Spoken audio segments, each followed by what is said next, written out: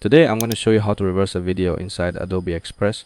Now normally in Premiere Pro we have a simple reverse speed option, but in Adobe Express we don't see that option directly on the timeline. And sometimes we want to play a clip from the end to the beginning, make the video longer by repeating the same clip or create a smooth loop effect. So here's how to do it the easy way.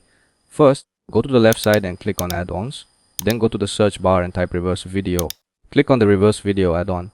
Now it will open on the right side like this. Click browse files and select the video clip you want to reverse. Under audio settings, you can choose keep original AL forward or mute. I usually keep original. Now click reverse video. It will start processing your clip. Wait until it reaches 100%.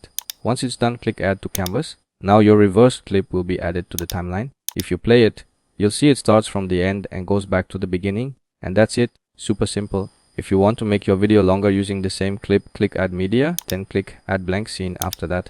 Click add to canvas again for the reversed clip. Now you can place the normal clip and the reverse clip together. This creates a smooth loop effect and most people won't even notice it was reversed. And that's it guys. No Premiere Pro needed. Everything done inside Adobe Express.